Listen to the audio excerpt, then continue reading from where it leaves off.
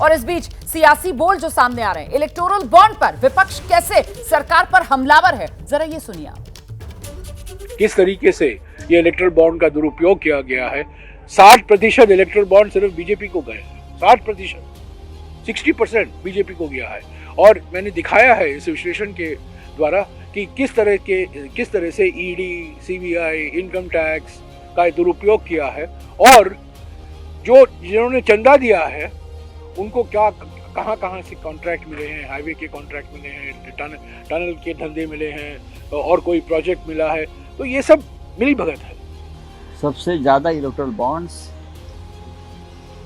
ये जो गेमिंग और गैम्बलिंग कंपनी ने परचेस किए हैं, और ये बॉन्ड्स किसको दिया है सबको मालूम है। दूसरे दिन इलेक्टोरल बॉन्ड्स खरीद कर भारतीय जनता पार्टी के खाते में पैसा जाता है।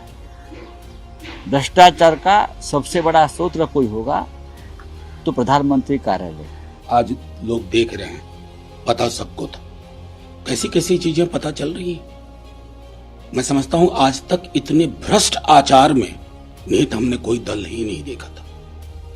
ईडी रेड मारती है और उसके चंद घंटों के बाद इलेक्टोरल बॉन्ड खरीदे जाते हैं। ये कोरिलेशन देखिए, ये कोरिलेशन लोकतंत्र को मृतक कर रहा है उसकी। और ऐसे में आइए जल्दी से अब इसी मुद्दे पर चर्चा करेंगे, और वो सवाल जिसको लेकर हम चर्चा करने जा रहे हैं आपके सामने ले आते हैं टेलीविजन स्क्रीन पर। गिव एंड टेक चुनावी चंदे का क्या यही है टारगेट? ये बड़ा सवाल है। सत्ताधारी पार्टी को चंदा दो और फायदा लो, विपक्ष इसी को हथियार बनाकर बीजेपी को घेर रहा है। रोमाना जी, ये बिल्कुल ठीक सवाल है। आपने जो सवाल भी लिखा है गिव एंड टेक, तो ये है, लेकिन विपक्ष क्यों सवाल उठा रहा है? क्योंकि इसमें आप यदि देखें तो 5 बड़े जो चंदा लेने वाले लोग हैं, उसमें भारतीय जनता पार्टी है, राष्ट्रीय पार्टी, कांग्रेस है, राष्ट्रीय पार्टी, और 3 बड़ी क्षेत्रीय पार्टियां हैं, डीएमके है, टीएमसी है, बीजेडी है, जिनकी राज्यों में सरकारें हैं। इसका मतलब ये हम्माम ऐसा है जिसमें कर्टन नहीं लगे हुए हैं, समझे? और सबको दिखाई दे रहा है कि जो भी सरकार में लोग हैं उनको जो कंपनियां हैं वो फ़ायदा पहुंचा रही हैं। जो सबसे बड़ी कंपनी जैसे गेमिंग कंपनी जैसे कही जा रही है, वो डीएमके तमिलनाडु की कंपनी है, ठीक है। उसने 1200 करोड़ करीब उतना चंदा दिया, तो वो किस किस को दिया? बीजेपी को दिया, किसी को भी दिया हो। लेकिन महत्वपूर्ण भूमिका इसमें 2 चीज़ें हैं। एक तो एसबीआई की जो भूमिका है वो सवालों के घेरे में रही। क्यों? उसने पहले कहा कि इतने समय के बाद भी, 60 दिन के बाद भी वो सुप्रीम कोर्ट में गए कि नहीं, हमारे पास इन्फॉर्मेशन हम दे नहीं सकते, और जब सुप्रीम कोर्ट ने डांट लगाई तो अगले दिन ही आपने इन्फॉर्मेशन दे दी। और ये मैं बता रहा हूँ आपको, जो बॉन्ड नंबर है वो बॉन्ड नंबर कोई अलग से एक्सरसाइज नहीं है, वो तो जब दे रहे हैं तो उसमें लिखा हुआ है unique bond number. Unique bond number bank के पास होता है, जो आपको दिखाई नहीं देता, वो अल्ट्रावायलेट स्कैनर से मालूम पड़ता है, लेकिन उसकी इन्फॉर्मेशन एसबीआई के पास होती है, और जब वो एनकैश होता है तब भी होती है। तो आपको उसका मिलान ही नहीं करना है, पहली बात। दूसरा, इसमें जो इन्फॉर्मेशन देनी, आपको मिलान नहीं करना। सवाल मेरा यहाँ पर इसमें एक लाइन और जो एसबीआई का रुख है, उस एसबीआई के रुख से लगता है कि सरकार की और फजीहत होती हुई नजर आ रही है। पहले आप डेटा मिलान करना है जी, हमें और समय चाहिए, उस पर आप डांट सुनते हो सुप्रीम कोर्ट से। अब आपने डेटा दे दिया, हलफनामा भी आपने सुप्रीम कोर्ट में जाकर दिया था कि देखिए जी हमने डेटा दे दिया, और आपने बॉन्ड नंबर ही गायब कर दिया उसमें से। जैसे अभी विजय जी बोल रहे थे, बिल्कुल सही है कि जब उसमें बार कोड है, बार कोड वहाँ भी स्कैन हो रहा है, यहाँ भी स्कैन हो रहा है, और वो सब कंप्यूटर पे जा रहा है, तो मिलान करने का क्या दिक्कत है उसमें? क्योंकि फीड हो रहा, इंटरकनेक्ट है, तो जैसे ही यहाँ से कैश होगा तो अपने आप चला जाएगा कहाँ से आया और कहाँ गया। तो उसको बहुत ज़्यादा मशक्क़त करने और इनको कसरत करने की ज़रूरत सुप्रीम कोर्ट को नहीं है।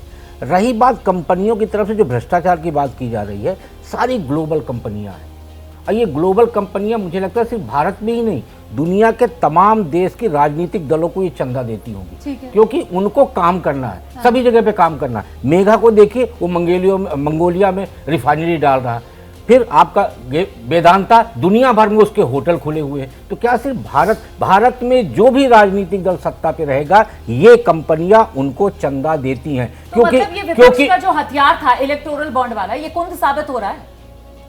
रोमाना जी, पहली बात तो जो स्टेट बैंक को लेकर के कहा जाता है, तो मेरा ये कहना है कि एक्स पार्टी हमें जजमेंटल नहीं होना चाहिए, दोनों पक्षों की बातें सुन लेनी चाहिए। देखिए, फाइनेंशियल मैटर बड़े टेक्निकल होते हैं, उसमें इतना आसानी से नहीं हो जाता कि नहीं एसबीआई फंस गया है। एसबीआई एक ऐसी संस्था है जो किसी सरकार की नहीं है, कोई भी पार्टी आएगी एसबीआई रहेगा और उसका जवाबदेही रहेगी। दूसरी बात मैं कह रहा हूँ कि एक बात के लिए तो मैं इसको सारे इस देश की पॉलिटिकल पार्टीज, वो जितने कारपोरेट हैं जिन्होंने चंदा दिया, अभी आपने एक चीज़ दिखाई थी कि बीजेपी को 47% टोटल चंदे का आपकी है, मुझे लगता है कि इस देश के कारपोरेट को यह पता था कि किसका वोट परसेंटेज कितना होगा। 47% बीजेपी का वोट परसेंट करीब करीब यही रहा है लोकसभा के आसपास में, या थोड़ा बहुत ज़्यादा कम होगा, हो सकता है कि 40 के आसपास रहा हो, लेकिन 47% है।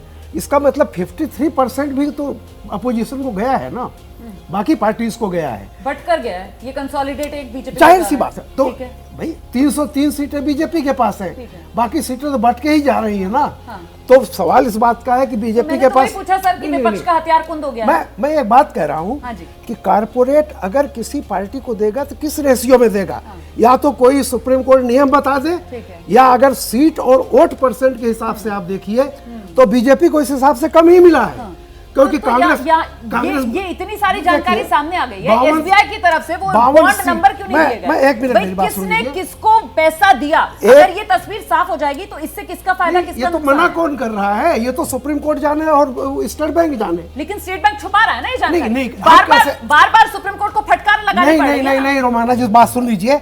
सुप्रीम कोर्ट स्टेट बैंक ने कहा था, और मंडे को आप फिर देखिएगा कि हमको टाइम दीजिए ताकि हम कंपाइल कर ले एक सारी चीजों को डेटा दें। कंपाइल करने की जरूरत ही नहीं। मैं कह रहा हूँ कि आप जब तक एसबीआई के बयान न सुन लें तब तक प्लीज कृपया एसबीआई को हम एक्यूज नहीं कर सकते।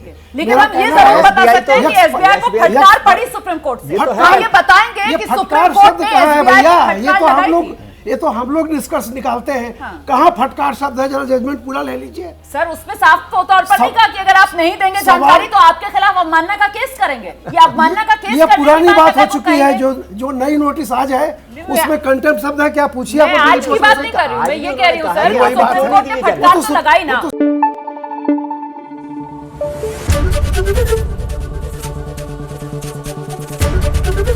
एबीपी न्यूज आपको रखे आगे।